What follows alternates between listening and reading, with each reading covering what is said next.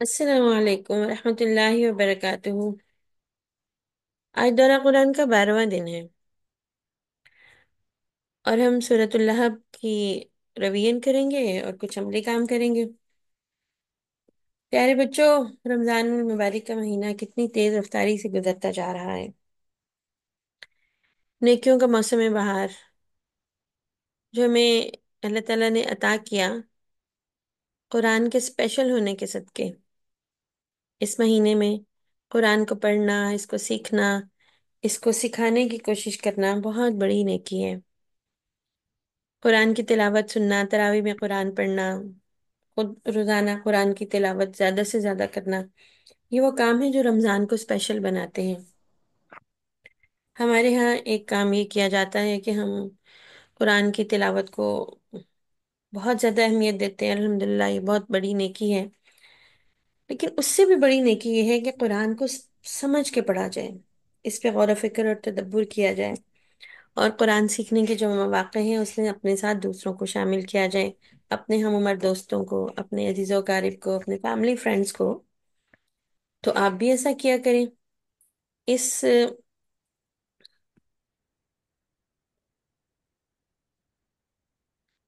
اس دورہ قرآن کا بھی لنک آپ دوسروں سے شیئر کر سکتے ہیں، خود گھر میں بہن بھائیوں میں سے ایک دوسرے کو موٹیویٹ کر سکتے ہیں، اس میں مقابلہ کیا کریں کہ آج ہم نے دورہ قرآن سنا، آج ہم نے اتنی بار سنا۔ ایک ایک جب اس کی ریکارڈنگ آ جاتی ہے نا، ایک کلاس کو آپ 1 سے 2 دفعہ بھی سن سکتے ہیں۔ کئی دفعہ اس کی تیاری کرنے کے لیے میں بھی جن لیکچرز کو سنتی ہوں اس کو کئی دفعہ مجھے پیچھے کر کے دوبارہ سننا پڑتا ہے، کئی دفعہ ایک لیکچر کو 2 دفعہ سنتی ہوں، کبھی زیادہ دفعہ بھی سنتی ہوں تاکہ بات سمجھ میں آ جائے۔ قرآن کو سمجھنے میں جو وقت لگاتے ہیں نا، وہ بہت زیادہ بڑی نیکی کنسیڈر ہوتی ہے۔ تو آپ بھی کوشش کیا کریں کہ آپ قرآن سیکھنے کی طرف دوسروں کو توجہ دیں۔ جب ہم قرآن پڑھتے ہیں اور اس پر عمل نہیں کرتے نا، تو اللہ تعالیٰ اس سے ناراض ہوتے ہیں۔ جو باتیں اس سے سیکھتے ہیں اس پہ ضرور ہی عمل کرنا چاہیے، بلکہ ایک دوسرے کو ساتھ شریک کرنا چاہیے کہ آج ہم مل کے اس بات پر عمل کرتے ہیں۔ سورۃ النحل جو ہے اس میں بہت ساری ایسی باتیں ہیں جو میرا دل چاہتا ہے کہ ہم ایک دوسرے کو یاد کرواتے رہیں۔ یہ سورت ہمیں یہ پیغام دیتی ہے۔ آج تھوڑا سا سبق بھی دہرا لیتے ہیں۔ کل کی ریکارڈیڈ کلاس آپ نے دیکھی ہوگی، اگر نہیں دیکھ سکے تو جلدی کوشش کر کے دیکھ لیجیے گا، اور پھر ہم تھوڑا سا سبق دہرانے کے بعد آج کچھ نیا کام بھی کریں گے۔ اعوذ باللہ من الشیطان الرجیم، بسم اللہ الرحمن الرحیم۔ تبت يدا أبي لهب وتب، ما أغنى عنه ماله وما كسب، سيصلى نارا ذات لهب، وامرأته حمالة الحطب، في جيدها حبل من مسد، صدق الله العلي العليم۔ یہ سورت قبر کیوں نازل ہوئی، اس پہ کچھ بات ہم نے کل بھی کی تھی، اور الباب قلب کی بھی میں نے ایک ویڈیو آپ کو بھیجی ہے۔ بچے بڑے دلچسپ اور آسان انداز میں اس بات کو ڈسکس کرتے ہیں کہ سورت کیسے نازل ہوئی۔ اس سورت کے نازل ہونے کا بڑا مشہور واقعہ ہے کوہ صفا۔ یہ پہاڑی جانتے ہیں نا آپ، اس پہاڑی کو کہاں ہے بلا؟ یہ وہ پہاڑی ہے صفا اور مروہ، یہ دو چھوٹی چھوٹی پہاڑیاں ہیں، جو چھوٹی سے مراد بہت چھوٹی نہیں، بہرحال پہاڑ جتنی، پہاڑ کہتے زیادہ اونچی لینڈ مارک کو، اور پہاڑی ذرا اس سے چھوٹی ہوتی ہے۔ مری کی پہاڑیاں ہیں، مارگلا کی بھی پہاڑیاں ہیں۔ مارگلا جو اسلام آباد کی پہاڑی ہے نا، وہاں مارگلا وہ کی پہاڑیاں انہیں کہا جاتا ہے۔ تو پہاڑ جو ہے کوہ کراکرم، کوہ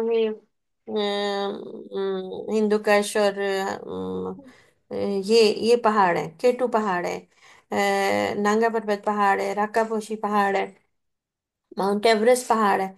تو پہاڑیاں پہاڑ سے ذرا کم اونچائی میں ہوتی ہیں، اور یہ فٹ سٹیپس ہوتے ہیں کسی بڑے پہاڑ کے۔ تو جو کوہ ابو قبیس ہے اس کے فٹ سٹیپ جو ہے وہ صفا اور مروہ اس کے فٹ سٹیپس ہیں، یعنی پہلے چھوٹے پہاڑ آتے ہیں، اس کے بعد بڑے پہاڑ شروع ہوتے ہیں۔ تو وہ بچے جنہوں نے ہمارے ساتھ قرآن جغرافی کا کورس بھی کیا تھا، انہیں بھی اس بات کا پتا ہوگا نا کہ کوہ ابو قبیس جو ہے وہ کون سا پہاڑ ہے، اور پھر اس کے فٹ سٹیپس جو ہے نا وہ صفا اور مروہ ہیں۔ تو یہ جو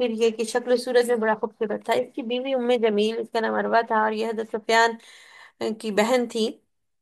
یہ بھی بڑی خوبصورت تھی، اسی لیے اس کا نام جمیل تھا. اس کی کنیت کی خوبصورت، جمیل کہتے ہیں خوبصورت کو. تو اسی اعتبار سے اس کی یہ کنیت، اس کا یہ نک نیم بنا. یہ بھی ابو لہب بھی نک نیم تھا. اس کا اصل نام تھا عبد العزا بن عبد المطلب. تو جمیل کا اصل نام عروہ تھا.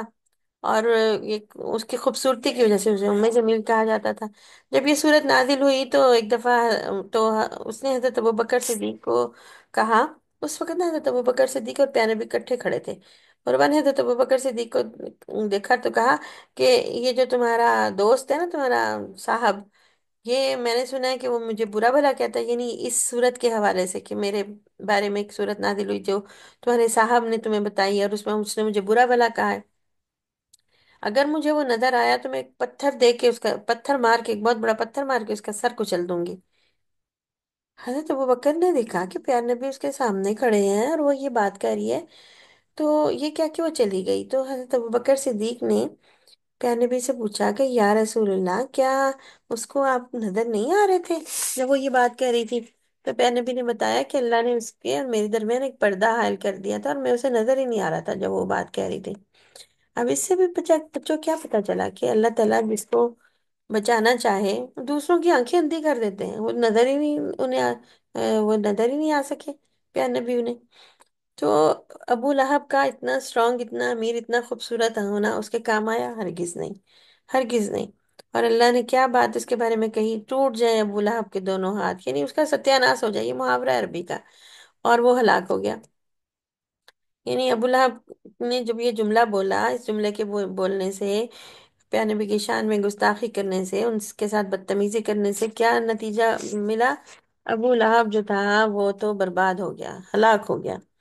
اور اس کا جو مال تھا، جو کچھ اس نے کمایا، جو کچھ اس نے زندگی میں کیا، اس کے کچھ کام نہیں آیا، کیونکہ اس نے اللہ کی نافرمانی کی، اللہ کے رسول صلی اللہ علیہ وسلم کو جھٹلایا اور ان کے ساتھ بدتمیزی کی. اب اس کا انجام کیا ہوگا؟ اللہ تعالیٰ اب اس وقت بتا رہے ہیں، ابھی جب کوئی ایسا انجام سامنے نہیں تھا.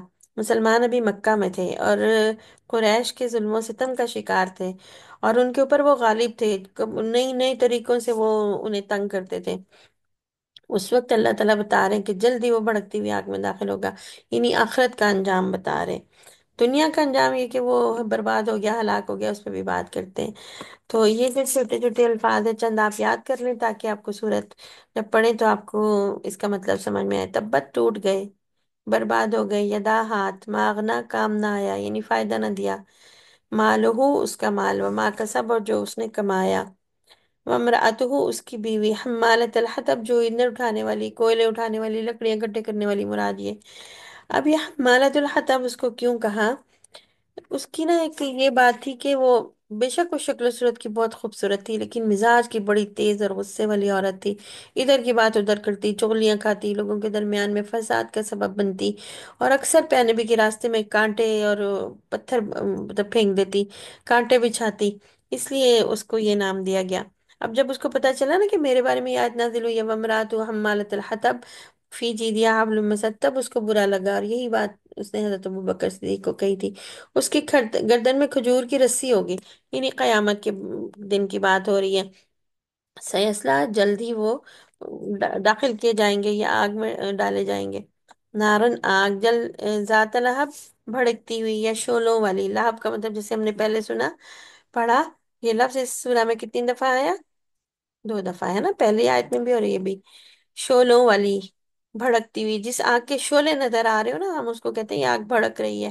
وامرأتہ اس کی بیوی، حمالۃ الحطب ایندھن اٹھانے والی ہے، فی جیدہا اس کی گردن میں، حبل من مسد کھجور کی بٹی ہوئی رسی ہے. ہم؟ تو اس سورہ سے ہمیں سبق بھلا کیا ملے؟ اس سورہ سے ہمیں کیا سبق ملے؟